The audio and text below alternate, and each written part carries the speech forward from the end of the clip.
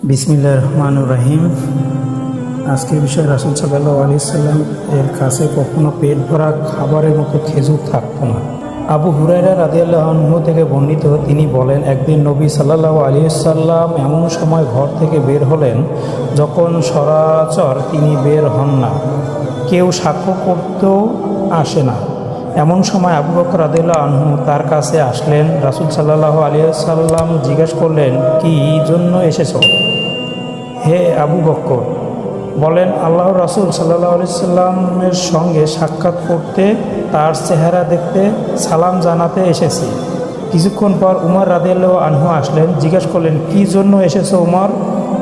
বললেন, ক্ষুধা তাড়নায় হে আল্লাহর রাসূল। রাসূল সাল্লাল্লাহু আলাইহি সাল্লাম বলেন, আমি তাই অনুভব করছি। অতঃপর তারা তিনজনে আবুল হায়সাম ইবনে তাহিয়ান আল আনসারির বাড়ি গেলেন। তারা অনেক খেজুর বাগান, ফল বাগান ও ছাগলের পাল, কিন্তু কোনো খাদেম ছিল না। তারা তার দেখা পেলেন না। ফলে তারা তার স্ত্রীকে জিজ্ঞেস করলেন, তোমার স্বামী কোথায় গিয়েছে? বলল, আমার জন্য মিঠা পানি আনতে গিয়েছেন। কিছুক্ষণ পর আবু হায়সাম পানির পাত্র নিয়ে ফিরে আসেন। অতঃপর রাসূল সাল্লাল্লাহু আলাইহি সাল্লামকে দেখে আনন্দে জড়িয়ে ধরেন এবং তার পিতামাতা উৎসর্গ করতে থাকেন। তারপর তাদেরকে নিয়ে বাগানে গেলেন এবং তাদের জন্য বিছানা দিয়ে দিলেন। খেজুর বাগান হতে এক ছড়া খেজুর এনে দিলেন। রাসূল সাল্লাল্লাহু আলাইহি সাল্লাম বলেন, আমার জন্য তাজা খেজুর বেছে আনলেন না কেন?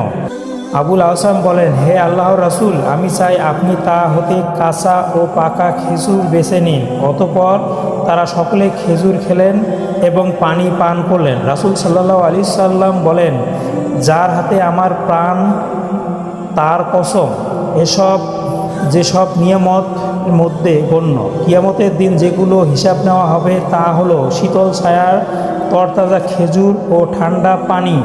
অতঃপর আবুল হায়সাম তাদের জন্য খাবারের ব্যবস্থার জন্য চলে গেলেন। রাসূল সাল্লাল্লাহু আলাইহি সাল্লাম বলেন, আমাদের জন্য যে দুগ্ধবতী ছাগি সাবে করা না হয়।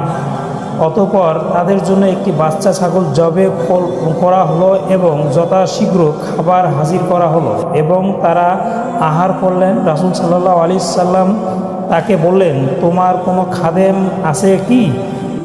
এ সকল হাদিসের ভিডিও পেতে আমার চ্যানেলটি সাবস্ক্রাইব করে রাখুন।